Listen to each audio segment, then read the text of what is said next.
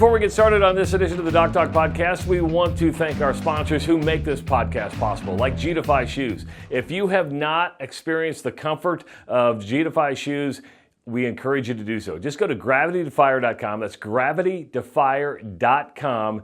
And when you place an order of $100 or more, use the promo code DocTalk20, all caps DocTalk20, and you will get $20 off your order. G-Defy is here to make your feet feel a lot better. Dr. Rob has several pair. I wear G-Defy, and we want you to.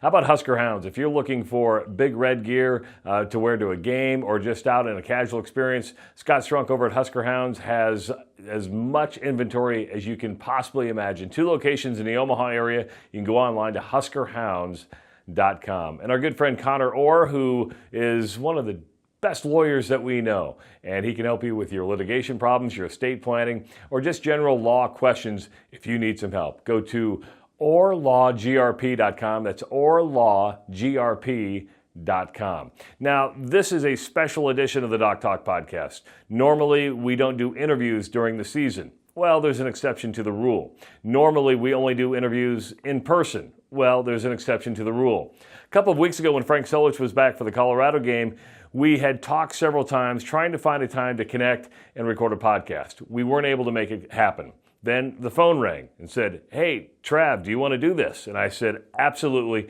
So Dr. Rob and I got together, got on a video call with Frank Solich, and I tell you what, he was very open, honest with us, told some great stories, and we hope you enjoy this edition of the Doc Talk Podcast.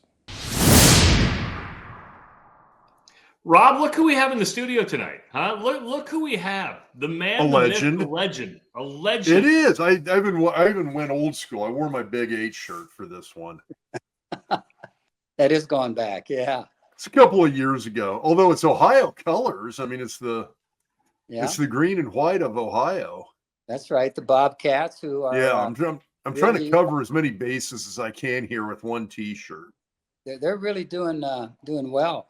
Also, they lost to Syracuse in a close game, but I think they're 2-1 right now. They go down to Kentucky to play them. That'll be an interesting. No, I was going to say Kentucky's solid. They took Georgia to the wire, didn't they? Right to the wire, yeah. So we'll see how that works out. Tim Albin, the head coach, he was with me there at Nebraska. Was with me all my time at Ohio. When I retired. They realized that he was really the right guy to step in, and I was definitely in his favor. And since that time, he's done an excellent job. I think they've had 2 10-win seasons back to back, and he was a great offensive coordinator for myself and Ohio. Through those years that he was there. I think they were, 16 years or 17 years, somewhere in there. I don't even try to keep track anymore of years.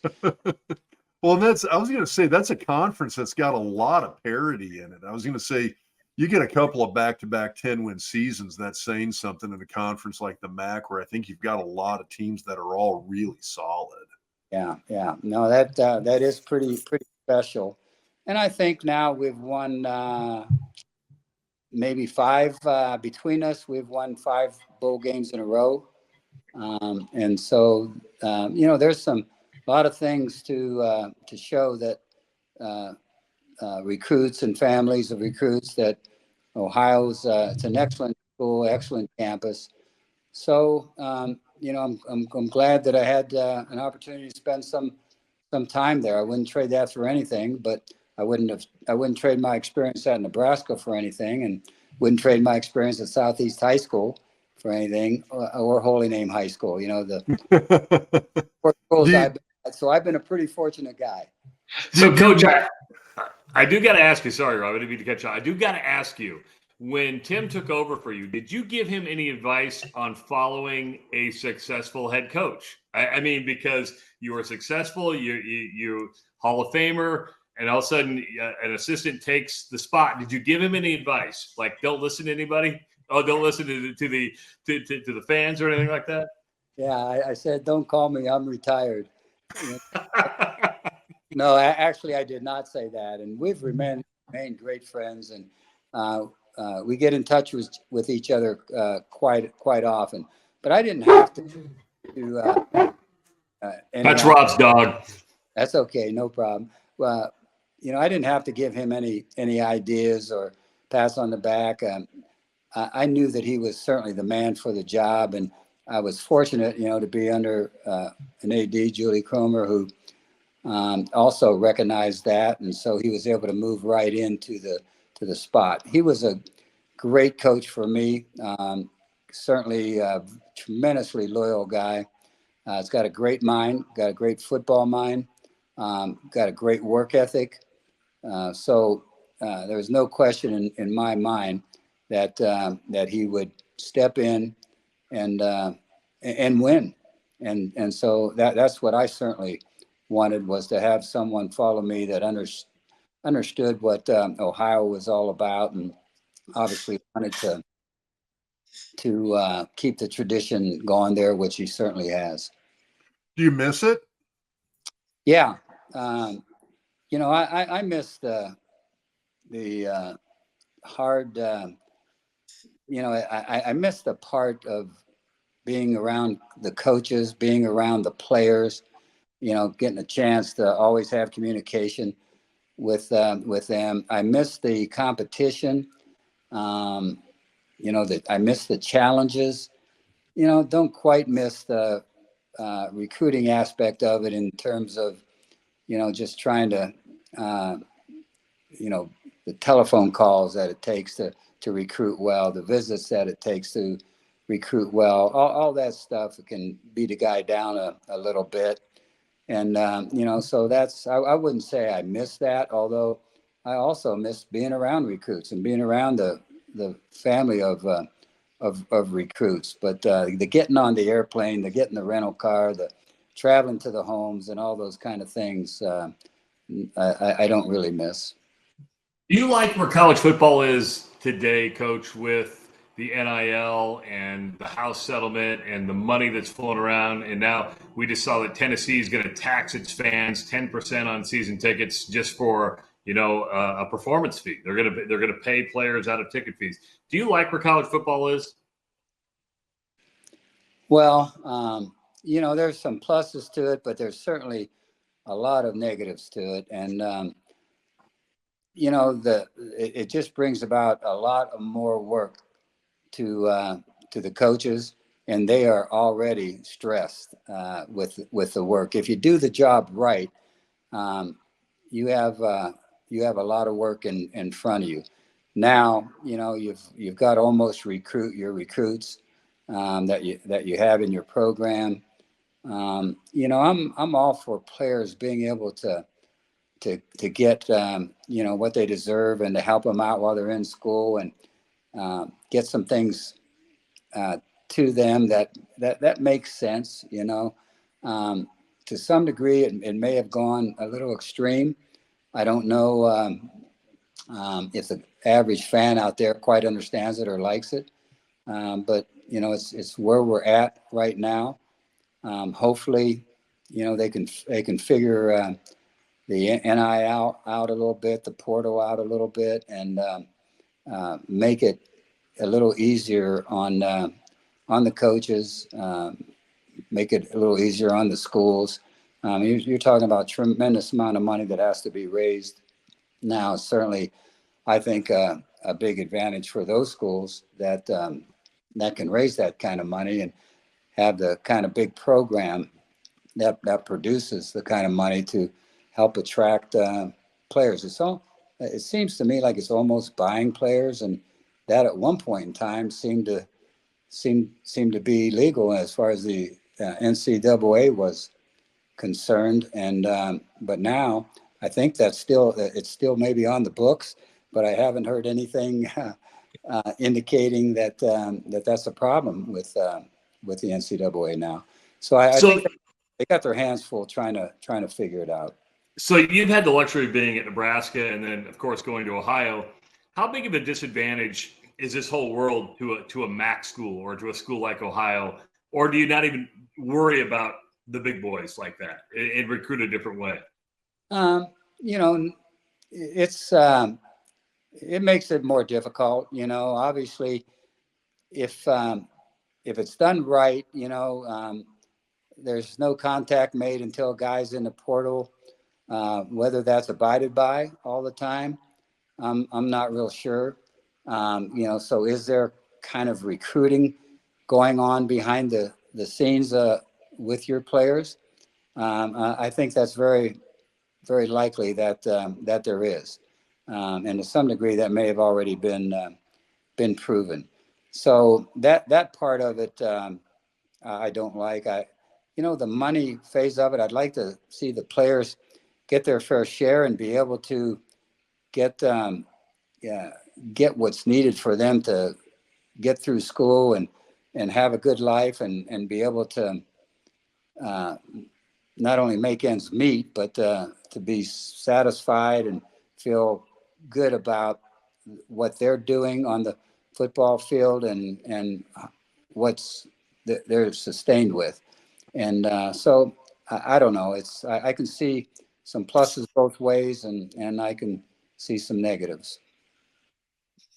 Coach, Oh no, go ahead, Travis. I'm listening to this podcast right now. I'm just going to jump right into this because I need to share this, because I'm listening to this podcast right now called Heavyweight, and it's about people that need to get something off their shoulders, right? So this is I'm so glad we're doing this, because this is 21 years I've been waiting to do this interview, and I'm going to go back. And no, I'm being dead serious here. I'm trying not to laugh, but I'm trying not to get emotional either, because I made the classic, and Rob was with me on this.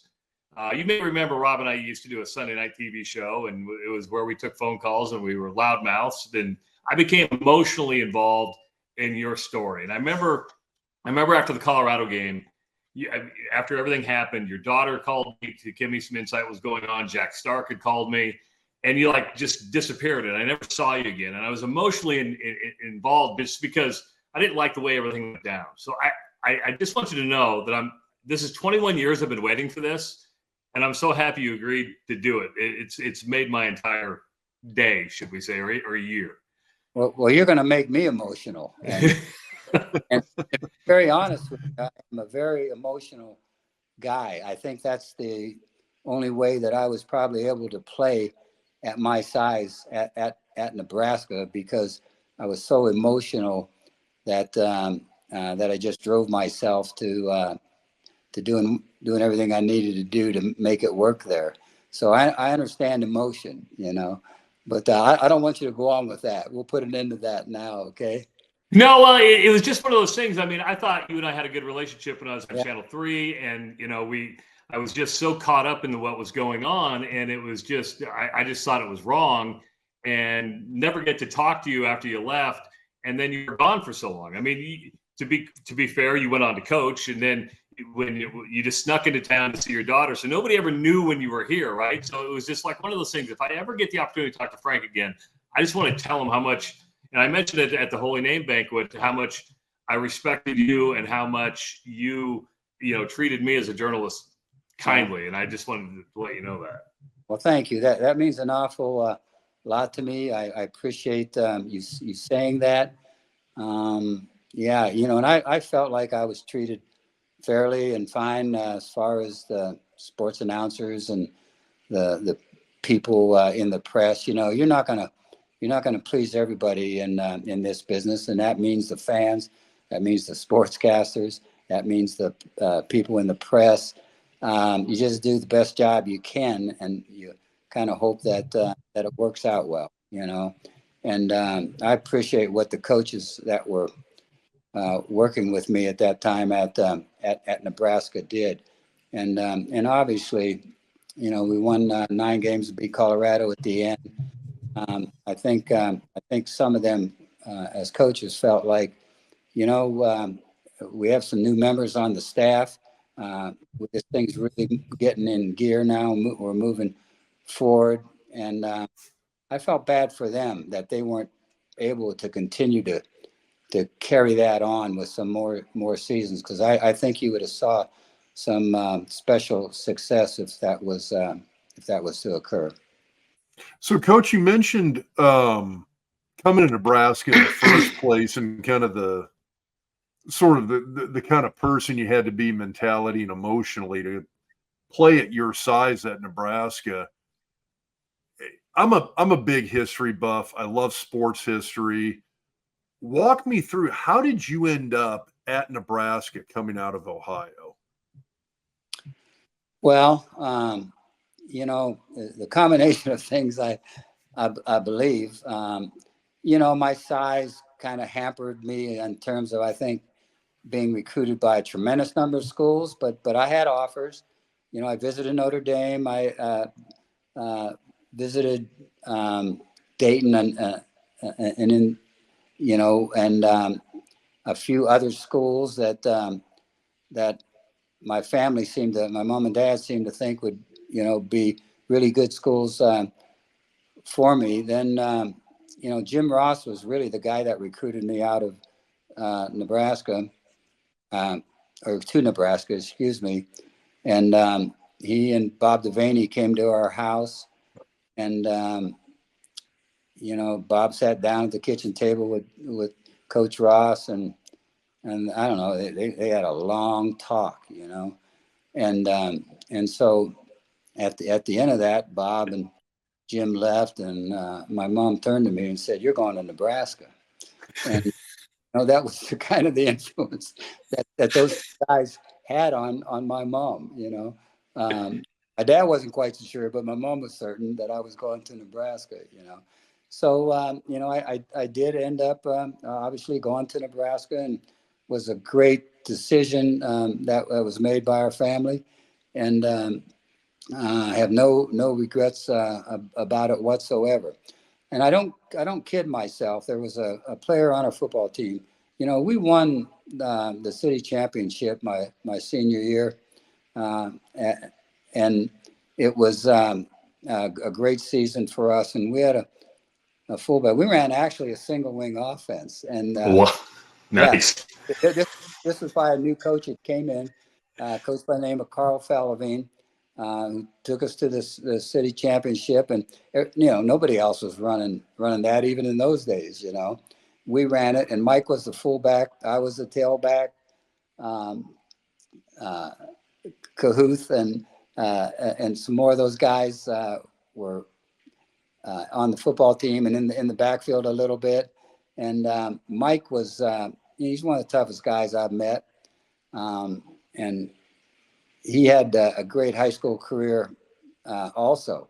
And they invited both Mike and I to campus at Nebraska, and so I kind of got the feeling that maybe Mike was the guy that they were really after, and they thought that maybe I might help Mike come to Nebraska. I'm not sure on that, but I feel a little bit that way. Mike was that good a player and could have fit into the Nebraska system as a fullback. And of course, they ran with a fullback back in those days and been very good.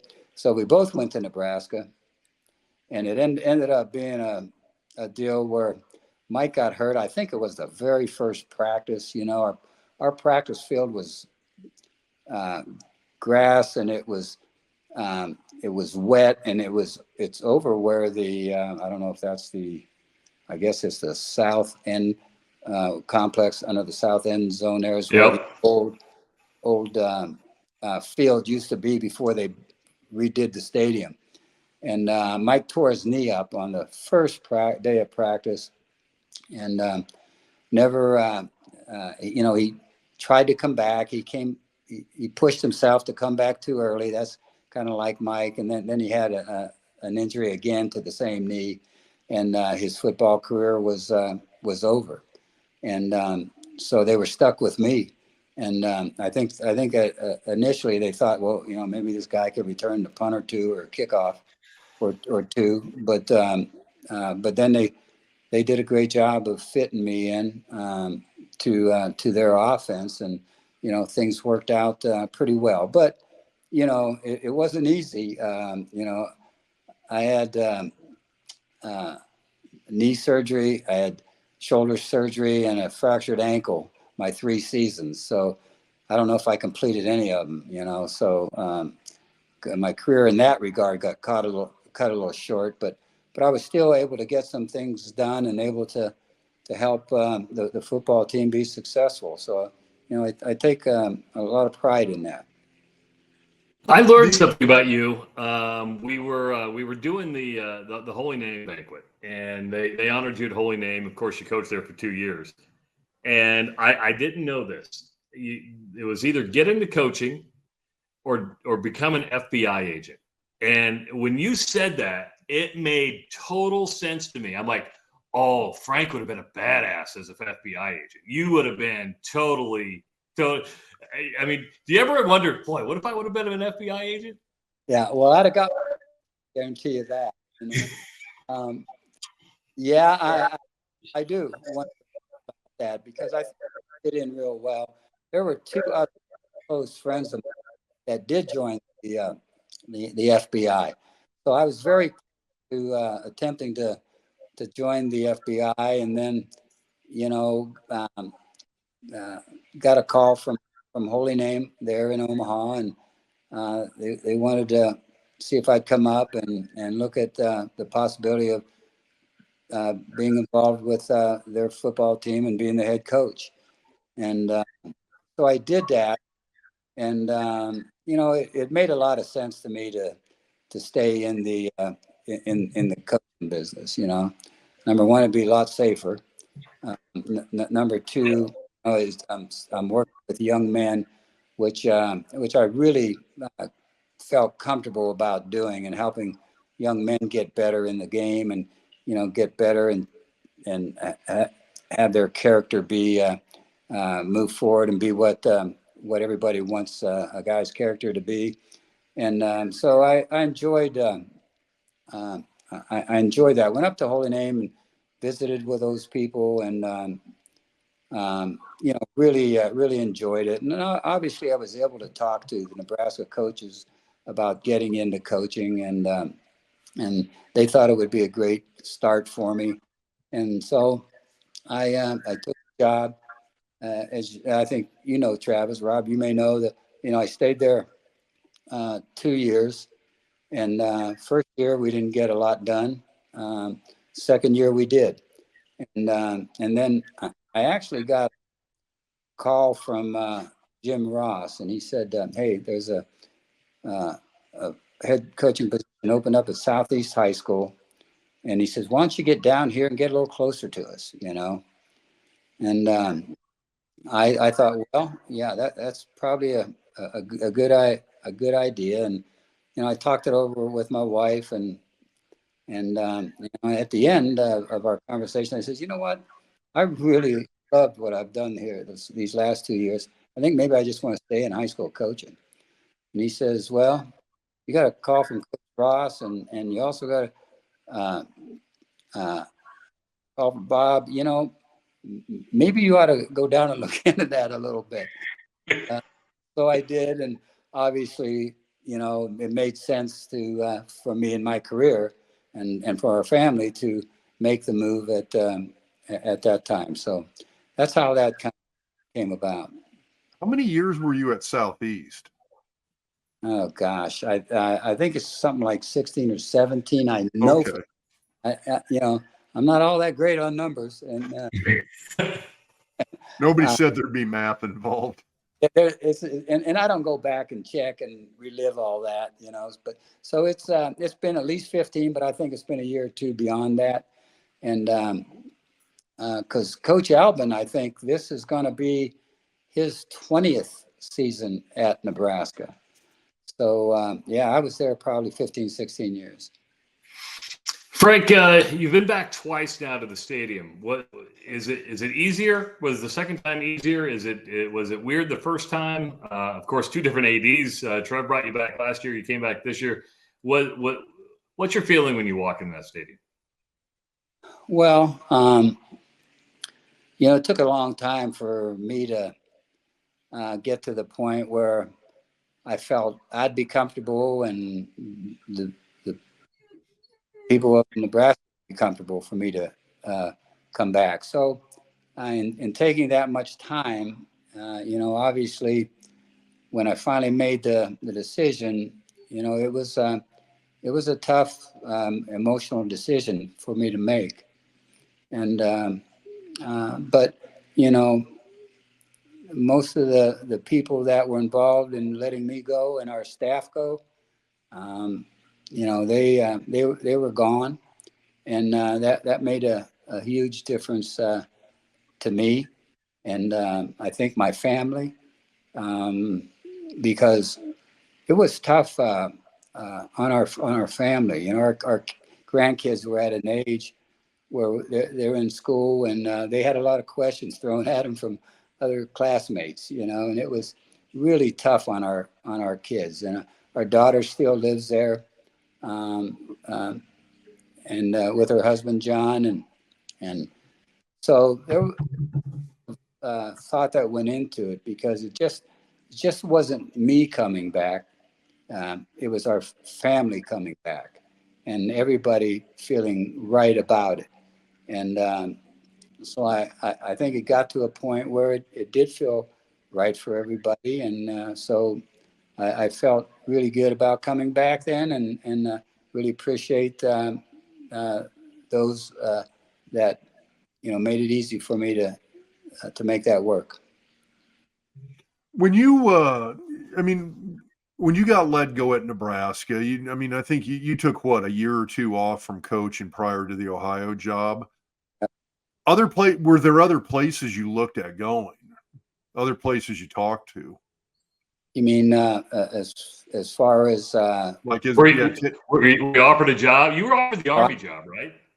I was no, I was fine. I did take off a couple years, and that's a pretty emotional thing that happens to you if you're a coach, and it affects your family so much.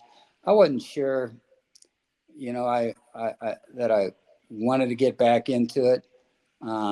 So I just stepped away from it for a couple of years. But I did, I went to the Kansas City Chiefs. They were Bob Stoops at Oklahoma was great in terms of my coming down there, and can't say enough about him and how that worked going down to watch him and his program, and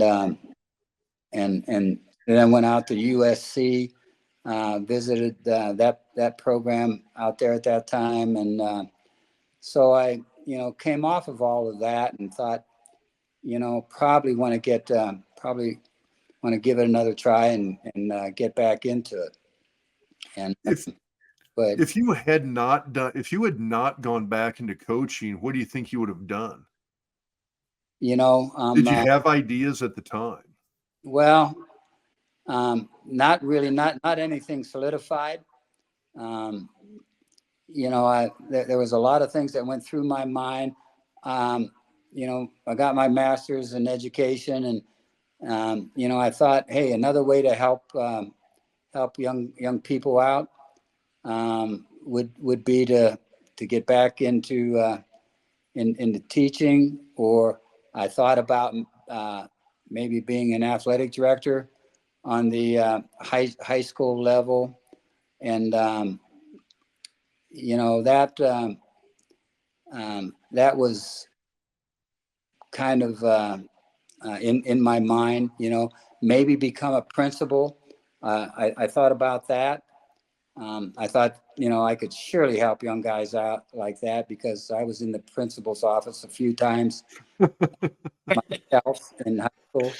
And so those things were what I was really thinking about at that time. And then obviously coaching was still in my blood. So the school that I almost went to was West Point. And I really regret how I handled that. But How so? Well, they had really recruited me well, and they were going to fly me out, and it was at the Army-Navy game, and they were going to make the announcement then, and I ended up not doing it. and not going. And so that part of it, the way I handled that, I couldn't have not let it go as far as I did, and then not take the position, but I did it, and that's part of my story.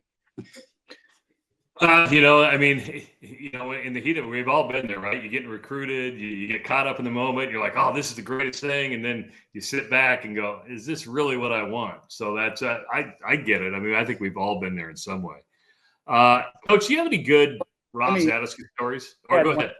Let me add one thing to that. I think one of the things that probably ended up making me not take that move is that, hey, those guys in the service, they don't need help from me. They're pretty well squared away. They know what they want out of life for the most part. And they've got a great education, and they're going to be able to move forward with their life without many problems. The average student athlete, they're going to face some struggles and face some problems. And I just ended up feeling that I could help those guys better than I could help the guys in the military. That makes a lot of sense. Do you have any good Rob Zatechka stories for when he was a player? No, I'm not a very good storyteller. But if you'd have told me that you were going to ask that question, I would have come up with a few and rounded up a few others too. But no, Rob, I appreciate what Rob was all about. Really an excellent athlete, very smart individual, very team oriented. Had a great work ethic. Loyal to his school, to his teammates, and that's what you ask for in a player. And Rob was all that. So those are the kind of thoughts that I come back with when I think about. Well, I appreciate that, Coach. I'd like to think I did a pretty good job of minimizing stories. It's one of those things you kind of want.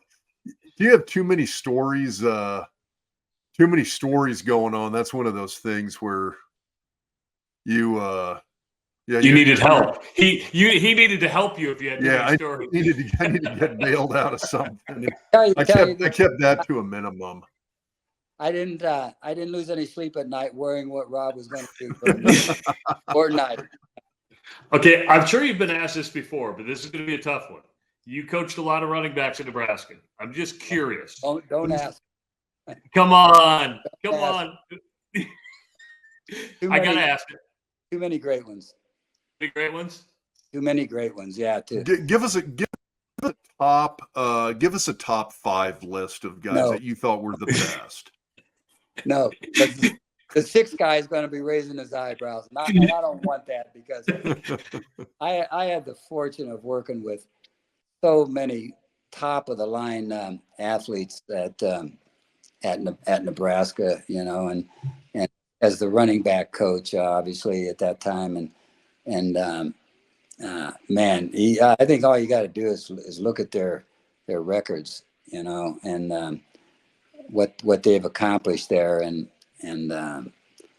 I felt like I was as lucky as you could be in terms of being able to coach the quality of running backs, and at Nebraska that I did.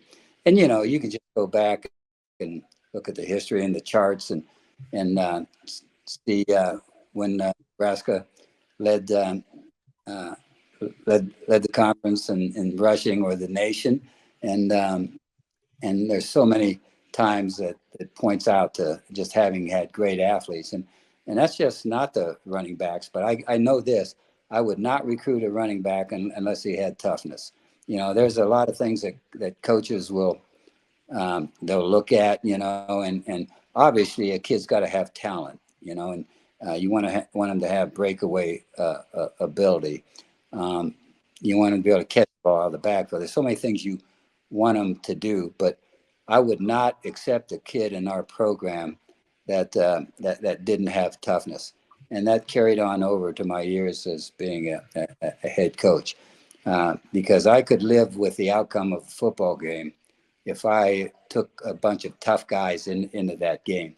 And if I had coached them and our assistant coaches had coached them well, we're going to have a great chance of winning ball games with those kind of guys. Now, it's not to say that I didn't look for talent or we didn't recruit talent, but toughness had to be right at the forefront. I ask this to almost every coach I talk to because coaches have amazing memories and they remember probably the losses more than the wins because they relive them in their head. I have to ask you this because I brought it up at the Holy Name banquet and that '99 team. Is that loss at Texas the one that haunts you the most? Where the fumbles and that cost the game down there? Because you would have won the national title that year. You were the best team in the country, hands down. That and the Rose Bowl game against Miami still haunts me a little bit. And, we had Texas on the line. Could have kicked, I think, a field goal, if I remember right. And would have sent the game maybe into overtime. And, I called a play that a lot of coaches in the business would have never done. And as it turned out, I shouldn't have done. But I thought we just had a chance to win it outright. And with a route that got one of our guys in the corner of the end zone. And I thought I had it squared away in the huddle. And when we were on the sideline, that, if the play's not there, just throw it away. We'll kick the field goal, go into overtime. And the ball got intercepted. It was a great interception. I didn't think from the sideline. I thought it was just going to be an incomplete pass thrown out of bounds. But the kid made a great interception, and that loss sticks with me. And then the Rose Bowl. Eric Crouch was our quarterback at that time. Miami had I don't know how many number first round draft picks on their foot. A lot. They were a great football team. And, we went into it. And as the game was progressing, I thought, or started out, I thought, we're going to have a chance to maybe get some things done on the option game. And then we had some great passes lined up to come off of some great play action passes to come off of the run options. And, it just, they had so much speed on that football team. I mean, across the board that, you tried to run option on them and those backers would be out there. I don't even if it was a kind of a counter option, they'd still end up being out there. And so it took me a little too long to understand that, hey, maybe you better line up and just run options at them, quarterback traps at them, fullback traps at them. Just run the power game, off tackle power game, run the ISOs instead of the option game. And it took me too long to get to that. But that game, I regret. So those are two. And, I've always been a guy that, I remember the wins, but I don't remember them as much as the losses because they would keep me up at night. And knowing that, hey, maybe I could have done a better job as a coach, or maybe we could have done a better job as a staff, or, why didn't I do this from an offensive standpoint? So those have always haunted me. But the wins, I just expected to win. And so, when I get home after a win, it was, wasn't a big deal. It was the way it was supposed to be. But the losses now, that's not how it was supposed to be, or I wanted it to be. And those had a tremendous effect on me. Yeah. Well, Coach, we appreciate you taking the time to do this. It's always good to catch up. I know you're loving life out in Idaho. And again, can't thank you enough for taking the time to visit with me and Dr. Rob.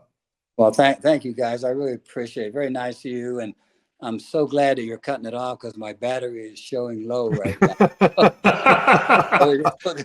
This is just working out fine, fellas. Okay. Well, thank you, Coach. Thanks, we Coach. truly appreciate it. Thank you, guys. What a great time catching up with Frank Solich, a true legend in Nebraska football history and a college football Hall of Famer. If you like our podcast, please hit the subscribe button. The more people that subscribe to our YouTube channel, the more people will be able to see this podcast. And of course, you'll be able to get the content on a more frequent basis. If you missed any of our previous podcasts, make sure to go back and listen to them. We talk about a lot of things, not just football. We'll talk to you next time on the Doc Talk Podcast.